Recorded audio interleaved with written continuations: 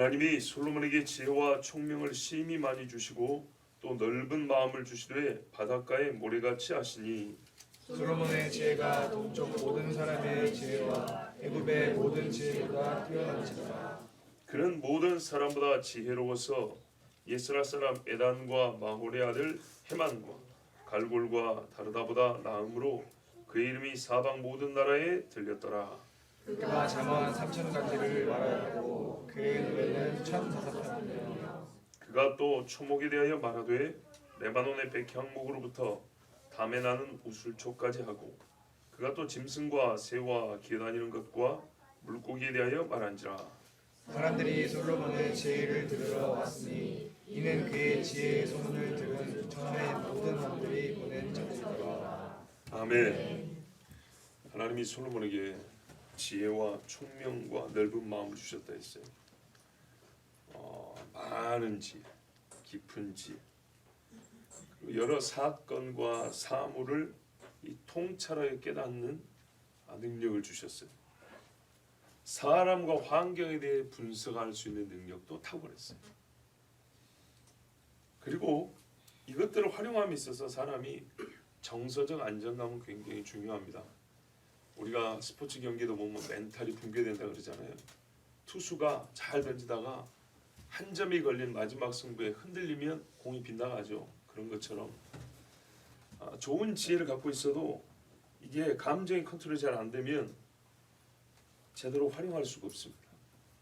악한 데 써먹을 수가 있고요. 잘못된 길로 갈 수가 있죠. 그래서 분노나 이기심이나 시기나 이런 것들을 하나님이 솔로몬의 마음에서 제하여 주시고 용서와 관용과 인내, 겸손 이런 좋은 마음들을 갖게 하셨어요. 즉 우리가요 쉽게 말하면 똑똑한 거하고 마음씨 착한 건 같이 한다는 얘기입니다. 예, 똑똑한 애들이 마음이 못 되면 어떻게 합니까? 완전히 사기꾼 되고 도둑놈 되죠. 네, 사람이 선량한데 미안하지만 좀 머리가 멍하면요 그냥 착할 뿐이에요. 예, 그렇습니다. 다른 사람이 이로운 일을 할 수가 없어요. 혼자 착하고 끝나는 거예요. 그런데 똑똑하면서 착하면 좋은 일을 하게 됩니다. 왕의 권위와 지위까지 있기 때문에 이건 가만히 있어도 엄청난 힘을 행사하는 게 되는데 이 자리에 있는 사람이 누구보다 지혜로워야 되고 누구보다 많이 알고 있어야 되고 누구보다 선해야 하고 자, 하나님이 주신 은혜입니다. 즉 우리는 하나님 앞에 때로 하나를 구하지만 하나님요 그 하나가 제대로 작동하기 위해서 함께 있어야 될 것들이 뭔지 알아요. 함께 있어야 될 것들. 우리가 보통 그러잖아요. 자식들이 똑똑하기를 원합니다. 그런데 하나님이 오늘 가르쳐 주시잖아요. 똑똑한 건 말이다. 좋은 마음하고 같이 있어야지. 그렇죠. 좋은 마음하고 같이 있지 못하면 아주 나쁜 놈이 된다니까요. 함께 있어야 될 것이 무엇인 것까지 아시고 하나님이 같이 주셨어요. 그래서 솔로몬이 이 나라를 잘 다스렸는데 그 뛰어남이 30절에 보니까 동쪽 모든 사람, 애굽의 모든 사람보다 뛰어났다 그랬어요. 그러면 서쪽 있는 사람하고는 안 되는가 보다가 아니고요. 여러분 고대 세계의 서방이라는 것은 미개한 나라입니다. 고대 세계는 그렇습니다. 늘 말씀드리지만 알렉산더가 페르시아를 정복하기 전까지 서방은 동방한테 비교가 안 됩니다. 그래서 예수님 오실 때 어떻게 했어요? 동방 박사들이 이렇게 말하죠. 고대로부터 지혜는 동방에서 온다고 말합니다. 고대 인도나 중국은 대단한 나라들이었습니다. 뿐만 아니라 애굽은 당시에 대제국이죠. 그러니까는 이렇게 하면 돼요. 지금 미국 같은 나라가 애굽이라고요. 애굽 사람들이 다 붙어도 솔로몬에게 안 됐다는 얘기잖아요. 그리고 지혜롭다고 여기는 동쪽 사람들을 다 대봐도 솔로몬 안 됐다는 얘기는 전 세계란 말이 없잖아요. 아니라 이 말 자체가 전 세계에서 제일 똑똑하다 그 말입니다.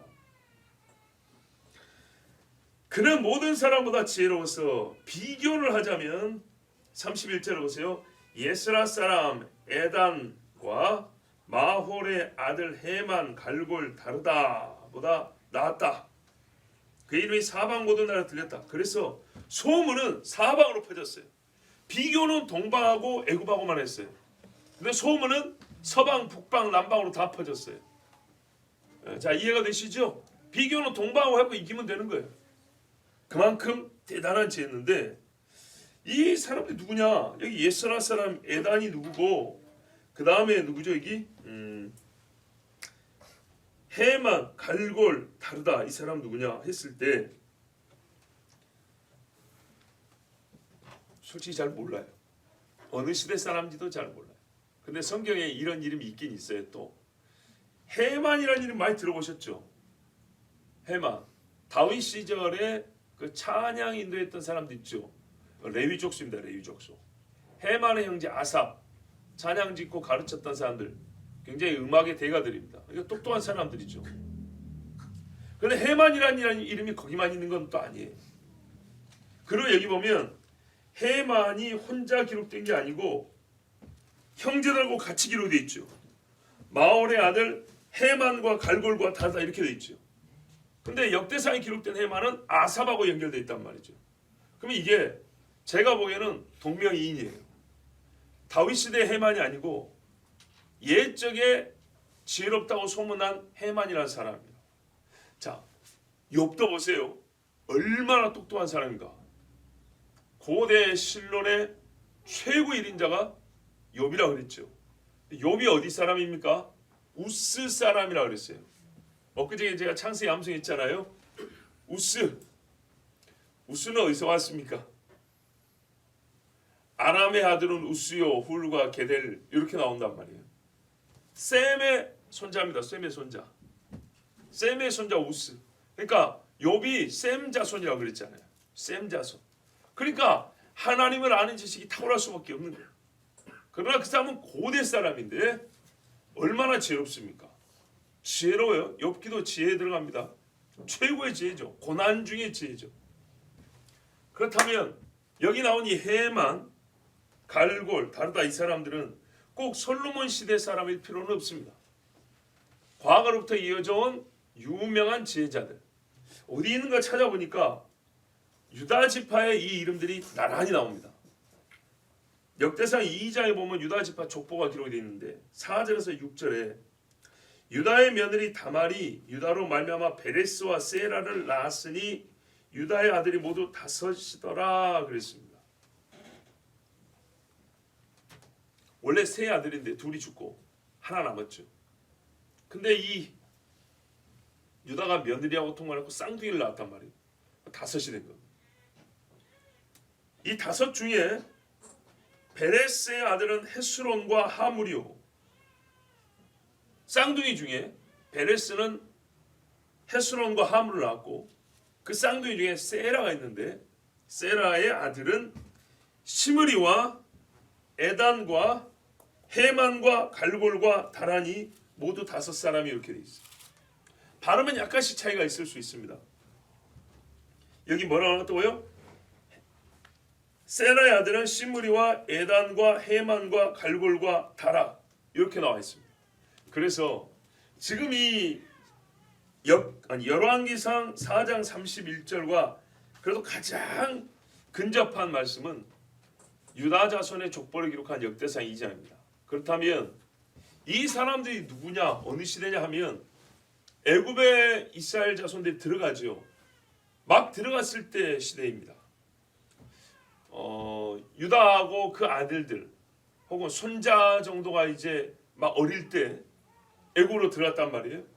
그러고 난 다음에 요셉이 뭐라 그랬습니까? 창세기 50장에 보면 야곱을 장례 치른 다음에 형제들이 와서 살려달라 그러잖아요. 쉽게 말하면. 그럴 때 내가 하나님 대신하겠습니까? 만민의 생명을 구원하려고 하나님 보내셨으니까 걱정하지 마시고 내가 당신과 당신의 자녀들을 기르리이다 그래요. 자, 그리고 이스라엘 백성이 요셉이 살아있는 동안에 대우를 잘 받았습니다. 제후를 잘 받았다는 얘기는 먹을 것만 많이 먹고 살았다는 얘기일까요? 공부, 지식 누구한테요? 애굽 사람들이 히브리 사람을 가르쳐 줬을까요? 아니겠죠. 요셉이 조카들, 손자들 기르면서 가르쳤다고 보는 것이 이상합니까? 요셉의 사명이 뭐냐면 애굽에서 약속의 땅에 들어갈 이스라엘 백성을 준비시키는 게 자기 사명인 줄 알아요. 먹여서 배만 띠룩띠룩 불려가지고 가나안에 올라가십시오. 이거는 있을 수가 없는 일이죠. 종살이 400년 동안의 신앙이 얼마나 견고해졌는가 보세요. 모세가 태어날 때쯤에도 백성들이 부르짖었단 말이에요. 그러면 이 신앙을 가르치는 사람이 있어야 돼요. 12족장들이 잘했겠지만 그 중에 대표적인 사람은 요셉입니다. 요셉 본인이 고난으로 들어왔고 믿음으로 이겨낸 사람입니다. 그리고 애굽의 모든 지식이 충만할 뿐만 아니라 하나님이 주신 지혜가 가득하여서 애굽의 모든 사람들보다 지혜롭다고 그랬습니다. 그러니 요셉이 자기의 손자나 조카들을 자식들을 가르치지 않는 것은 직무태만이고 방치한 셈이죠. 우리가 충분히 생각해 볼 수 있습니다. 애굽에서 야곱의 백성을 가르칠 수 있는 사람은 요셉밖에 없을 때 내가 요셉이라면 여러분 어떻게 하겠습니까? 이 백성을 이스라엘로 기를 수 있는 사람이 나밖에 없는데 내가 요셉이라면 여러분 잘 먹고 그냥 몸이나 커라 이렇게 하겠습니까? 말이 안 되는 이야기죠. 요셉이 자기 형들을 가르치려고 했던 시험을 보세요. 그래서 요셉 당시에 애굽에 들어갔던 이 사람들 중에 당대 최고의 요셉 생존 시에 최고의 지혜자가 있었을 것이라고 보는 것은 전혀 이상하지 않습니다. 그가 잠언 3000가지를 말했습니다. 노래는 1005편이랍니다. 와. 잠언을 일반 요즘 학문으로 하면 윤리학 내지는 철학이라고 하고요. 노래는 음악이죠. 좀 궁금하더라고. 왜 음악학이라고 안 할까요? 다른 건 다 학이라고, 체육학, 미학. 그런데 왜 음악은 학이라고 잘 안 하는지 모르겠어요. 하여튼 다방면이 있어서 그 다음에 초목, 짐승, 동물학, 생물학, 자연학이죠. 통칭. 대단한 지식을 가지고 있습니다. 인문과 뭡니까 자연학의 최고의 지식을 갖고 있는 사람이 솔로몬이었습니다. 자, 잠언은요, 우리가 일반 학문으로는 철학과 윤리학, 인문학이라고 했지만 사회학도 들어가겠죠. 쉽게 표현하면 무슨 말이냐면 하나님이 주신 지혜를 대중화시킨 겁니다. 여러분 잠언 한번 읽어보세요. 얼마나 쉬운가. 그죠? 이 쉬운 거를 어렵게 말을 하려면 한 절에 10페이지, 100페이지 글을 쓸 수 있을 겁니다. 솔로몬은. 그런데 우리가 그 100페이지, 10페이지짜리의 글을 한마디로 듣고 이해하고 살아갈 수 있기까지 지혜로우니까 이렇게 한마디로 나타내 주는 거예요. 잠언은 하나님 주신 지혜의 민간화, 대중화라고 할 수 있습니다. 자, 노래로 부릅니다. 노래는 사람의 정서를 아주 아름답게 하기도 하고 격분하기도 하고 좌지우지하죠. 그러면 솔로몬이 만들어준 노래, 하나님의 지혜에 자연스럽게 물들게 하는 노래이지 하나님께 반기를 든다거나 신앙을 무력화시키는 그런 노래는 아니겠죠. 세상에 빠지는 노래는 아니겠죠. 그리고 노래라는 거는 쉽게 기억을 하죠. 예. 그 마음도 잘 들을 뿐만 아니라 전달하고 싶은 내용도 쉽게 기억합니다. 여러분 조선시대 왕이 몇 명입니까? 27, 8인가 그러죠. 그거 그냥 외워집니까? 누가 노래로 만든 게 금방 외워지죠. 자, 이거는 자기를 위해서 한 것이 아니고 백성들을 위해서 한 겁니다. 그러고 보니까 혼자 똑똑하고 만 것이 아니라 백성이 함께 지혜를 누릴 수 있도록 한 것입니다. 그러니까 이 사람의 마음이 바닷가의 모래처럼 많더라 또는 넓더라. 33절에 초목에 대하여 말했는데 레바논의 백향목, 야, 이 나무는 쓸데가 많아요. 향도 좋지, 재질도 좋지, 쓸데가 너무 많아요. 그러니까 이렇게 귀한 제목들은 논할 가치가 있죠. 근데 담벼락에 우술처럼 뭐 했을까요? 예? 담벼락에 나는 이 조그만한 풀들은 얼마나 써먹을 데 있습니까? 별로 쓸데가 없죠.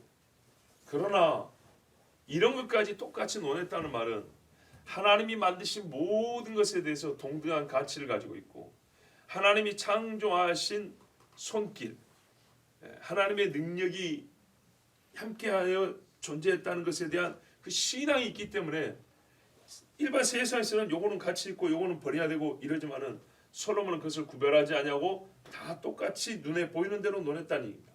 동물도 마찬가지죠. 하늘에나 땅이나 물속에나 똑같이. 그런데 여기서 또 생각할 거는 이게 책상머리에 앉으면 떠올려지는 건가요? 아니죠. 관찰했다는 얘기죠. 관찰과 탐구를 했다는 얘기입니다. 천부적인 지혜를 받았지만, 하늘에서 주신 지혜를 받았지만 이거를 활용해서 캐냈다는 겁니다. 땅에서 캐냈다고요.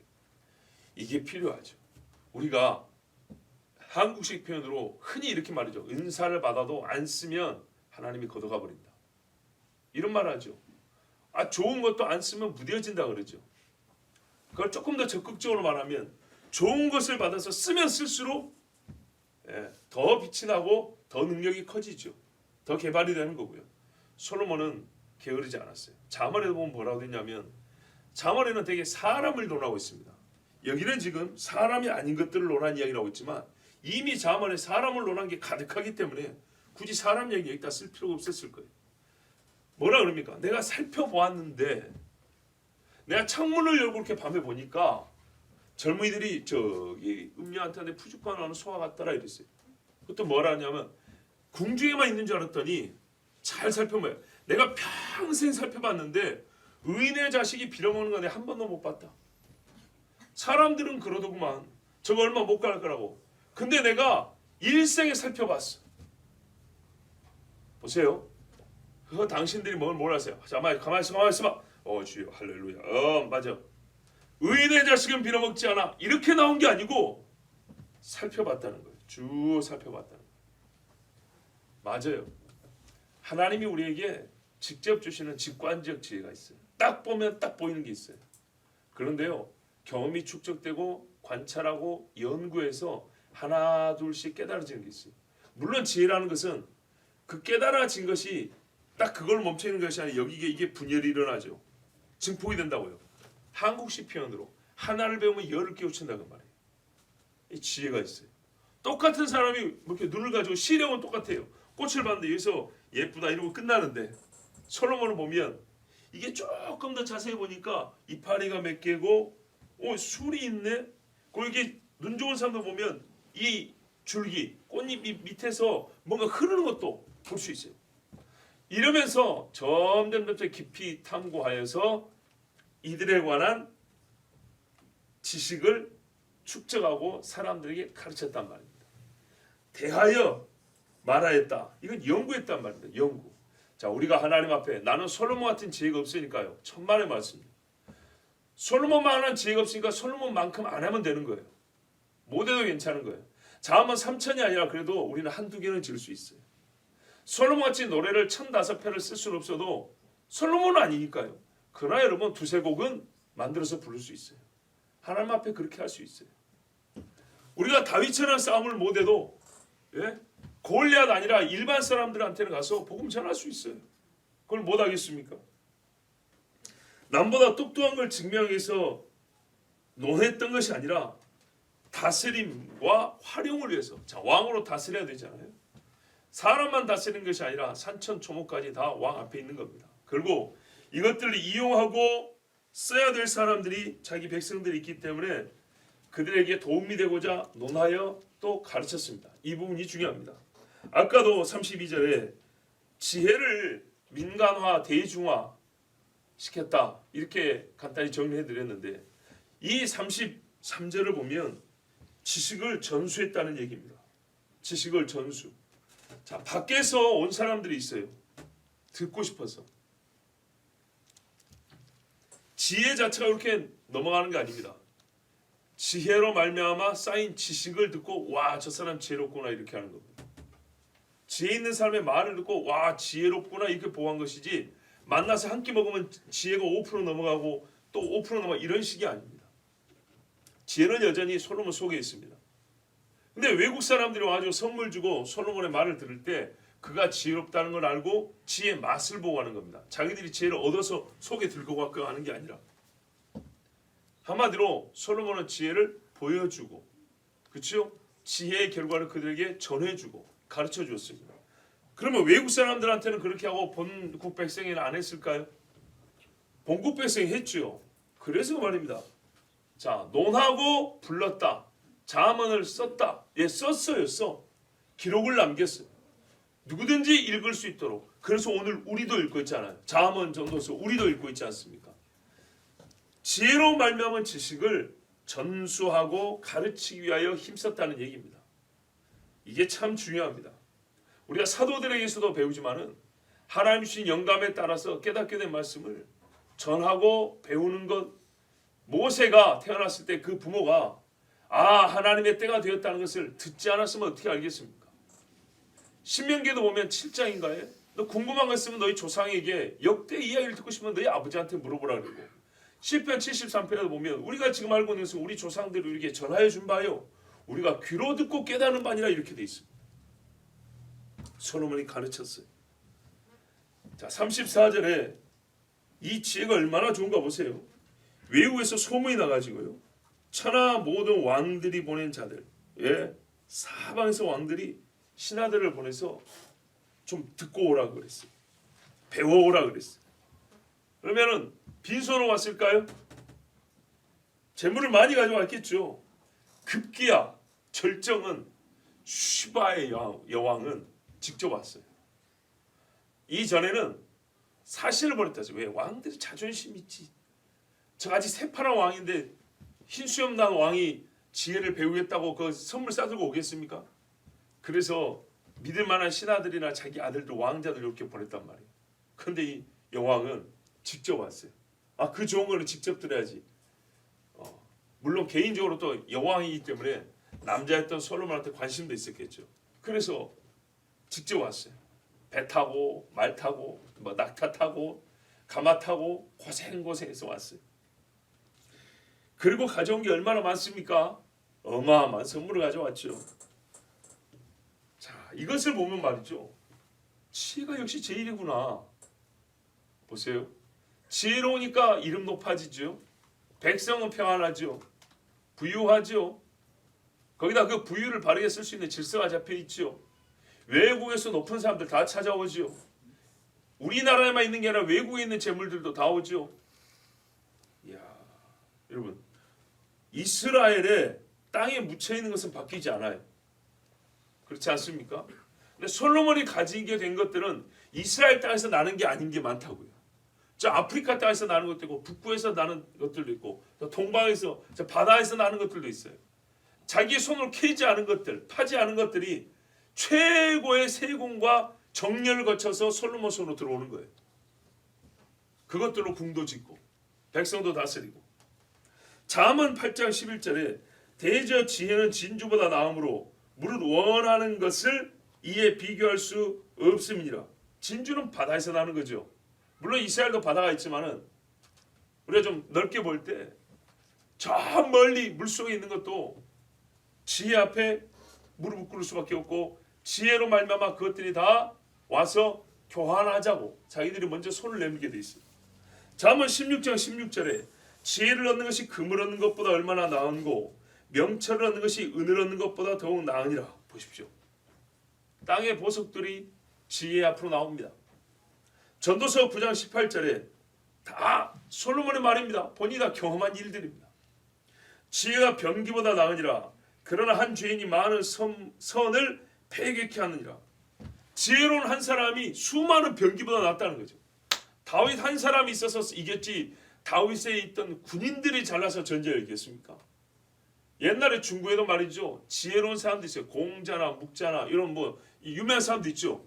여러분, 그런 사람들이 이렇게 지팡이 하나 들고 다니거나 작대 하나 들으면서 이러고 다니는 줄 아십니까? 아니에요. 굉장히 실천적인 사람들이었어요. 가난한 농부들한테 가가지고 먹고 살 길도 가르쳐주고, 전쟁이나 성에 가서 성을 방배할 것도 가르쳐주는 실천적인 철학가들이었어요. 저는 지금 그들을 높이자는 게 아니라 지혜는 원래 그런 거예요. 그게 지혜롭다는 거예요. 책상머리에 앉아있는 게 지혜가 아니에요. 지혜가 병기보다는 아니라 이거는 성경에서 아주 유명한 거죠. 여러분, 누굽니까? 반역이 있었잖아요. 다윗 시대에 쉐바의 반역. 그런데 한 성으로 들어가가지고 이놈이 숨어버렸어요. 그러니까 요압이 성질나서 이 성 자체를 엎어버린다 그랬어요. 그러니까 한 지혜로운 여자가 나서가지고 왜 어머니 같은 이 성을 엎으라 그러냐, 같은 유대 사람끼리, 같은 이스라엘 사람이. 그러니까 요압이 그게 아니고 그놈만 내주면 된다 이렇게 말했어요. 그래서 그 지혜로운 여자 한마디로 성을 살렸어요. 지혜가 병기보다 나으니라. 그러나 여러분 전도서에 보니까 또 봤어요. 한 죄인이 많을 선을 패격케 하라.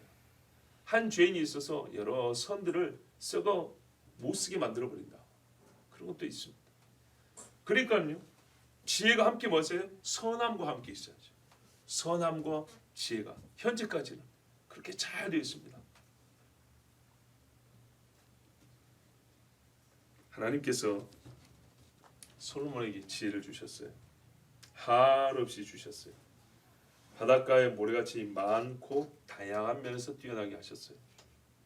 많은 백성과 다양한 사람들을 다스리고 그들을 놀라게 하기에 충분하게 지혜를 주셨어요. 약속대로 부와 귀도 주셨습니다. 이스라엘 땅에서 나는 것을 캐내어도 얻을 수 없는 것들을 지혜를 듣고자 하는 사람들로부터 얻게 하셨고 또 지혜로 무역을 하고 채집도 하여 요즘으로 하면 수집해 놓은 거죠. 이렇게 박물관에 딱 정리해 놓은 것처럼. 그래서 많은 사람들이 보게 하고 배우게 하셨습니다. 솔로몬이 한 일을 보니까 옛적에 요셉이 야곱의 집 사람들을 먹이고 가르치고 또 힘들게 고생하던 사람들을 평안하게 하고 배부르게 하고 그렇게 했던 것처럼 꼭 요셉이 하는 일이 떠오르는 그런 일을 하고 있습니다. 다윗 때도 좋았지만 그 이전에 사울 시대, 사사 시대 죄와 어둠 속에 있었던 사람들이 하나님의 말, 샬롬이란 말을 듣긴 했는데 맛보지 못했던 그때를 지혜롭고 선한 자로 말미암아 이 백성이 하나님의 샬롬을 맛보게 되었습니다. 그러나 솔로몬이 요셉과 같은 일을 한다는 것보다 더 중요한 사실은 요셉에게도 또 모세에게도 솔로몬에게도 항상 약속하시고 지키시는 신실하신 하나님을 아는 지식입니다. 우리가 여기서 솔로몬을 본받지 않으면 끝나지 말고 하나님께서 이 하나님의 사람들, 즉 하나님의 시대를 살게 하는 사람들에게 주신 은혜와 은사를 보면서 우리는 하나님을 알아야 합니다. 오늘도 하나님은 약속을 지키셨어요. 내일 솔로몬이 우상집을 세울 줄 알아요. 그러나 오늘 하나님은 자기의 때에 자기의 할 일을 먼저 하셨어요. 모든 걸 다 알기 때문에 너 어차피 배도할 놈이니까 너희 막 교회도 가지 마 이렇게 안 하세요. 하나님은 역사 밖에 계시고 시간을 초월하시지만 역사 안에서 시간 안에서 우리를 만나신다 그랬죠. 그래서 우리에게 장래 일에 대해서는 아직 책임을 묻지 않으세요. 현재로 아직 지혜롭고 아직 하나님 앞에 겸손한 자에게 하나님이 지혜를 주시고 그 나라를 다스리게 하셨어요. 하나님이 신실하게. 그러면 우리가 봐야 될 것, 해야 할 일은 뭐냐면 이후에 말씀을 읽으면서 이제 살펴봐야 될 게 뭐냐면 솔로몬이 하나님처럼 내일도 약속을 잘 지키는가? 현재는 좋잖아요. 하나님은 항상 현재적으로 약속을 지키시는데 솔로몬은 현재만 약속을 지키는 그런 사람인가? 우리도 그럴 때 있잖아요. 한때 하나님과 약속을 지키고 한때 안 지키면 그것은 무슨 말이에요? 지켰을 그때만 그 현재만 하나님의 사람이죠. 과연 솔로몬이 이 은혜를 받고 세상에 정말 최고의 복을 받았는데요. 솔로몬 당대로 봤을 때는 솔로몬까지 모든 역사 중에 이만한 복을 받는 사람이 없다고 볼 수 있는데 이런 복을 받고도 하나님 앞에 그는 약속을 지키는가? 또 다르게 최고의 복을 받던 아담도 지키지 못했고 최고의 복을 받던 노아도 범죄하였는데 최고의 복을 받던 아브라함도 참 부끄러운 일을 했는데 이 솔로몬은 과연 그 아버지 다윗도 역시나 실패를 한 적이 있죠. 솔로몬은 여기까지 좋은데 과연 이 사람은 그들보다 더 뛰어난 지혜를 얻었으니 내일 솔로몬은 오늘과 같을까? 내일도 솔로몬은 오늘과 같은 하나님의 사람으로 서 있을 것이냐? 이게 이제 우리 같은 사람으로서 우리가 주목해 봐야 될 거 아니겠습니까? 그리고 나를 보는 거죠. 나는. 우리는 하나님께 약속 이행을 요구하고 기도합니다.